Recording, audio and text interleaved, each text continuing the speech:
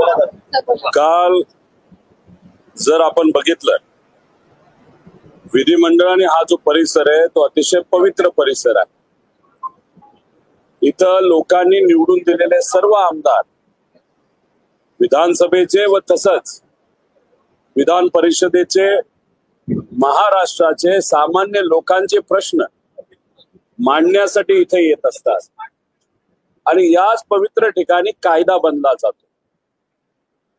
काल जर आपण बघितलं, काही जे सत्तेत असणारे आमदार, नेते, यांना असं वाटतं आपली सत्ता आली मग आपण कुठेही कायदा हातात घेऊ शकतो. कायदा व सुव्यवस्था आपण कुठेही बिघडू शकतो. दमदाटी आपण कोणालाही करू शकतो.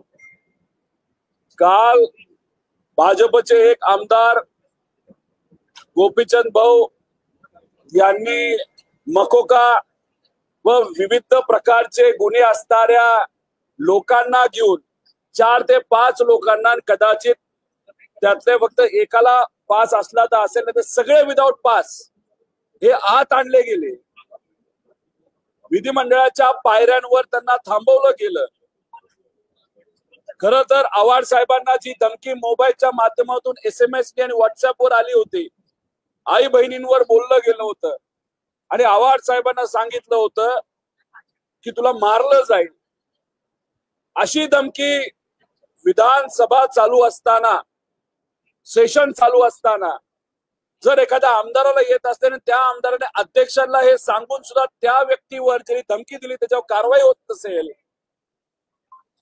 त्या व्यक्तीच्या गावातून आव्हाड साहेबांना फोन आले आणि सांगितलं की हा जो माणूस आहे तुम्हाला दमदाटी करतो, तुम्हाला जे मेसेज पाठवलाय त्याचा धंदा काय आहे तर गांजा विकतो. म्हणजे गांजा विकणारे, मकोका असणारे हे सर्व कार्यकर्ते घेऊन भाजपमधला एक सत्ताधारी आमदार इथं येतो काय, आव्हाड साहेबांना मारण्याचा प्रयत्न काय होतो आणि त्यात आमचा एक कार्यकर्ता नितीन देशमुख मध्ये येतो आणि त्याला तिथं मारलं जातं. 1.5 महिन्यापूर्वी त्याचं ऑपरेशन तिथं झालं होतं. काल रात्री आम्ही फक्त पोलिसांना विचारलं तो कुठे, तो सापडला नाही. आणि 4 तास आम्ही विविध पोलीस स्टेशनला गेल्यानंतर शेवटी जे हॉस्पिटलला आम्हाला त्याला भेटता आलं. त्याच्या आरोग्याची काळजी त्या ठिकाणी आम्ही व्यक्त केली आणि पोलिसांना सांगितलं की आमच्या कार्यकर्त्याला मुद्दामून कुठे त्रास देऊ नका. आणि जे इतर 3 लोक होते ते इतर 3 लोक कुठे आहेत जे व्हिडिओमध्ये हाणामारी करताना दिसतात. त्यामुळे या सरकारच्या काळामध्ये कुठेही कायदा व सुव्यवस्था राहिली नाही असं आपल्याला त्या ठिकाणी म्हणावं लागेल. हे सरकार फक्त या जे आका टाईपचे लोक आहेत, बीडमध्ये एक आका होता, आता सांगलीमध्ये एक आका तयार झालेला आहे आणि त्याला असं वाटतं की विधिमंडळ सुद्धा त्याचं एक साम्राज्य आहे आणि तिथे येऊन तो कसाही वागू शकतो. अशा प्रकारे आमच्या नेत्यांवर, कार्यकर्त्यांवर, लोकांवर जर तुम्ही काही करणार असाल, गरिबाच्या जमिनी तुम्ही घेणार असाल, तुमच्या समाजाच्या गरीब लोकांच्या जमिनी तुम्ही जर तिथं बळकावणार असताल तुमचे कार्यकर्ते, हे आम्ही खपवून घेणार नाही. त्यामुळे हे जे न्यू आका इन मेकिंग आहे त्यांना आत्ताच कंट्रोल करा.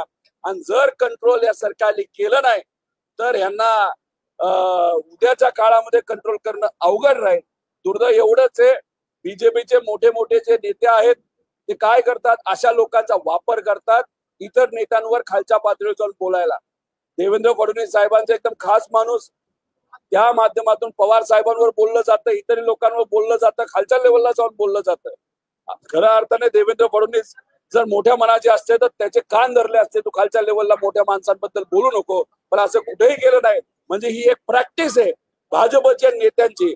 छोटे काय जे राजकीय भुंकणारे जे नेते ते जवळ ठेवायचे, त्यांना थोडंफार आपल्याला आमदारकी द्यायची, हे करायचं, ते पद द्यायचं आणि त्यांनी काय करायचं तर खालच्या लेवलला जाऊन फक्त राजकीय दृष्टिकोन भुंकत राहायचं. ही आजची परिस्थिती आहे, प्रवृत्ती आहे. हे सरकारला आम्ही खपून घेणार नाही आणि सरकारला याच्यावर उत्तर द्यावंच लागेल.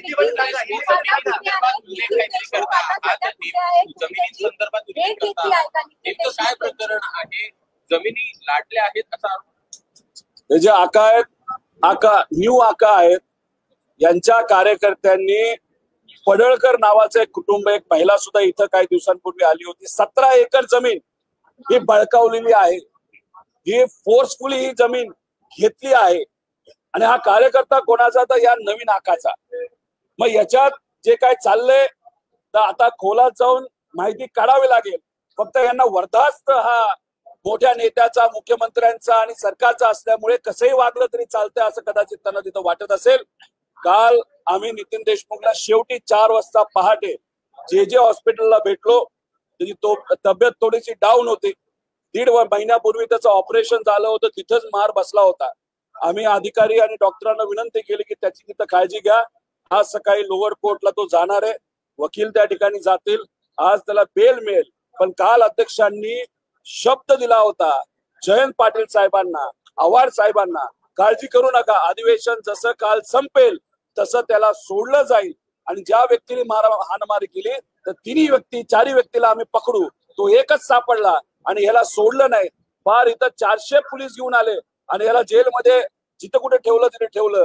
पण जिथं ठेवलं होतं आम्ही 4 पोलीस स्टेशन गेलो, तो आम्हाला दिसला नाही. शेवटी आम्हाला दुसरा काय पर्याय राहिला नाही. आम्हाला छोटस आंदोलन हे पोलीस स्टेशनला करावं लागलं. आम्हाला फक्त कार्यकर्त्याला भेटायचंय, तो जिवंत आहे का काय, का त्याला काय झालंय हे आम्हाला बघायचं होतं. आणि शेवटी पार त्यांना 4 तास विनवणी केल्यानंतर रात्री पहाटे 4 वाजता जे हॉस्पिटलला आम्ही भेटलो.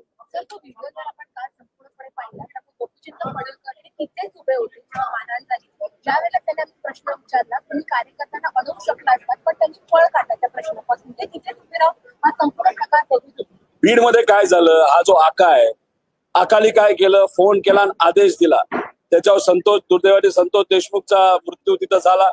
मुंडे प्रकरण आपल्याला सर्वांना माहिती. इतरही असे अनेक लोक आहेत ज्यांना तिथं मारलं गेलं, नाहीतर त्यांच्या जमिनी बळकावल्या गेल्या, अवैध धंदे त्या ठिकाणी केले गेले.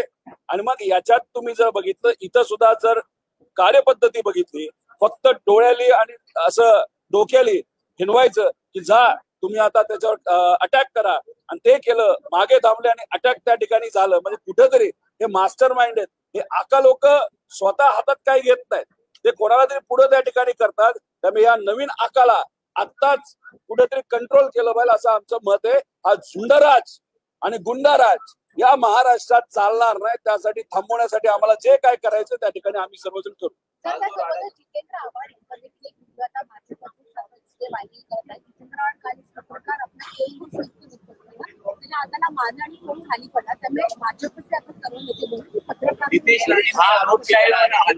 बघा, तो जो दुसरा जुना व्हिडिओ आहे, कधी कधी कसं असतं की एखादा इन्सिडेंट घडला, नाहीतर आपण जेव्हा औपचारिक चर्चा त्या ठिकाणी करतोय आणि आपलं ठरलं असेल की व्हिडिओ काढायचा नाही, तो व्हिडिओ काढला गेला, तर कधी कधी नेता हा असं एखादा हात लावला चुकून मोबाईल पडला. आता ह्याच्यामध्ये तिथं वेगळं काय झालं, म्हणजे इथं तुम्ही काय करताय, गुंड घेऊन येतात.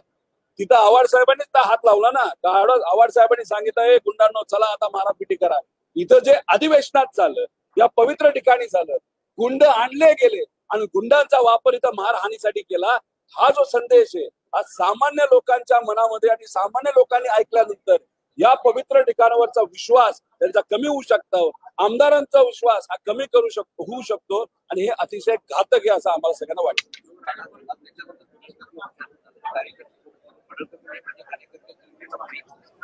हळूहळू येतील व्हिडिओ, येतील फोटो, येतील कोण कार्यकर्ते, गाडीतून कोण उतरलं. आता आव्हाड साहेब 2 दिवसापूर्वी संतोष देशमुखांचे भाऊ गणेश देशमुख कदाचित ते आले होते, त्यांच्याकडनं समजून घेत होते अरे काय परिस्थिती आहे, वकील काय म्हणतात, काय मदत लागते, कशा पद्धतीने काय गोष्टी चालल्यात.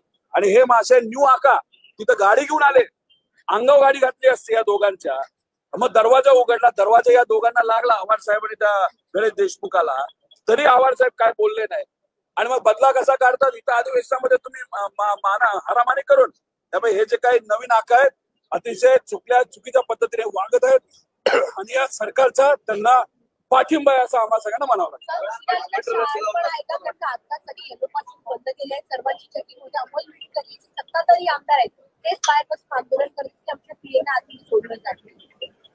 बघा, आज शेवटचा दिवस आहे, आज थोडस ते काय गोष्टी करतील, पण याच्या आधीच थोडस लक्ष देऊन जर काय केलं असतं. आणि कधी कधी ठीक आहे सिक्युरिटीचं काम आहे, तो जो अधिकारी आहे ते अडवतात, पण आमदार सुद्धा कधी कधी म्हणतात नाही नाही ह्याला सोडा नाही तर बघतोच.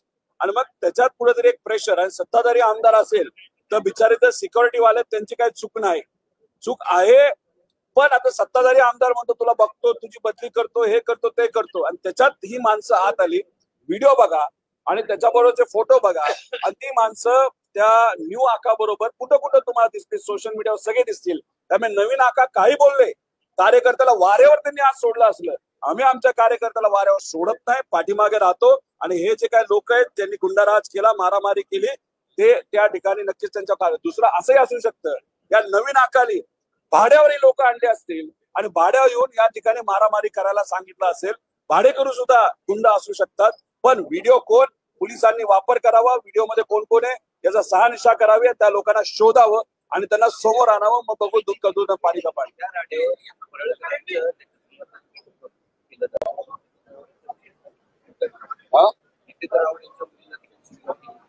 अरे त्यांना लाज तरी आहे का या नवीन आख्याच्या कार्यकर्त्यांना? काय 50 एक लोक आहेत, 50 एक लोक येतात, जिथं कुठं कार्यक्रम आहे तिथं गोंधळ घालतात, बोलतात, बस तेवढंच त्यांचं काम. अहो मुली बरोबर कसं बोलायचं? त्यांच्या जितेंद्र आव्हाडच्या मुलीबद्दल अतिशय खालच्या लेवलला जाऊन तुम्ही बोलत असाल, जितेंद्र आव्हाडांच्या आई बहिणी तुम्ही काढत असाल, तर तुम्ही त्यांना मर्डर करण्याचं तिथं म्हणत असाल. त्यामुळे या नवीन आखाचे जे कार्यकर्ते आहेत त्यांची लेवल तुम्ही समजून घ्या. एक आजी, गरीब आजी, 17 एकर जमीन त्या गरीब आजीची त्या ठिकाणी फाटकी साडी घालून बिचारी इकडे आली होती. तिची जमीन 17 एकर जमीन यांनी गिळली. अहो यांना त्यांच्या समाजाचं तरी कुठं काय पडलंय? अहो इथं जे सरकारमध्ये योजना आहे धनगर समाजाच्या मुला मुलींसाठी, त्याच्यामध्ये भ्रष्टाचार होतो या सरकारमध्ये. पण ह्यांना कसं आहे, कळवळ आहे. पण त्या बाबतीत तुम्ही काय करत आहे? सरकारमध्ये लोक पैसा खातात आणि आज सगळ्याच शाळा बघितल्या, जे राजे होळकरांच्या नावाली जी योजना आहे त्याच्यामध्ये सगळ्याच शाळा ज्याच्या भ्रष्टाचार होतो, त्याच्यात पैसा काढला जातो धनगर समाजाच्या गरीब मुला मुलींच्या नावावर. हे सगळे भाजपचे लोक आहेत, हे सत्ताधारी आहेत. करू शकता का काय तुम्ही समाजाचं नाव पुढे करता, समाजाचा वापर करता, कार्यकर्त्याला पुढे करता, मात्र समाजाच्या योजनेतूनच मलिदा खाता. लाज वाटली पाहिजे अशा लोकांना.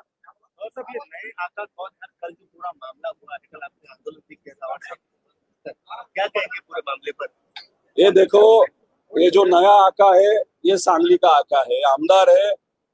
कल अगर आप देखो, ये जो पवित्र ठिकान है, ये जो विधिमंडल है, यहाँ पे भाड़े पे गुंडा लाया गया. 4 लोग थे. आव्हाड साहब पे अटैक करने का प्लानिंग था ऐसे हम सबको लगता है, क्योंकि उनको व्हाट्सएप और मैसेज पे धमकी आई थी ये नए आका के कार्यकर्ता के माध्यम से. उनके माँ के बारे में, बहनों के बारे में, लड़की के बारे में आव्हाड साहब के बहुत लो लेवल पे जाके कमेंट्स थे.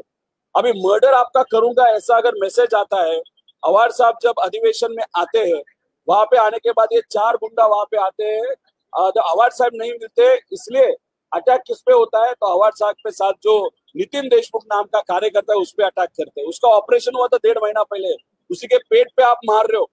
और ये जो नया आका क्या करता है, तो दूर से सिर्फ ऐसे इशारा करता है और ये 4 गुंडा वहां पे मारामारी करते हैं. ये 4 गुंडा अंदर आए कैसे? एक पे मकोका है, और जिसने मैसेज किया था, जो व्यक्ति ने मैसेज किया था आव्हाड साहब को कि आपका मार दिया जाएगा, उसका धंधा क्या है? तो वो बिजनेस क्या करता है? तो वो बिजनेस करता है गांजा बेचता है. ऐसे लोग हैं. इस तरीके के लोग अगर यहाँ पे आके इतनी मस्ती करते हैं तो लोगों का विश्वास आमदारों पे और विधिमंडल पे ये कम हो सकता है. बहुत डेंजरस चीज है. इसीलिए ये नया आका भीड़ में यही हुआ था, ऐसी ही शुरुआत हुई थी. और बाद में देखा जाए तो मर्डर और बहुत सारे अलग अलग जो चीजें थी वहां पे आप सबने देखा है. अभी यहाँ पे भी यही चीज वापस एक बार हो रही है. तो इसे सरकार को विनती करता हूँ, ये जो अहंकार है आपके आमदारों पे और ये जो नया आका इन मेकिंग है उसको अभी रुकाओ, नहीं तो आगे जाके बहुत देर हो सकती है. रोहित जी,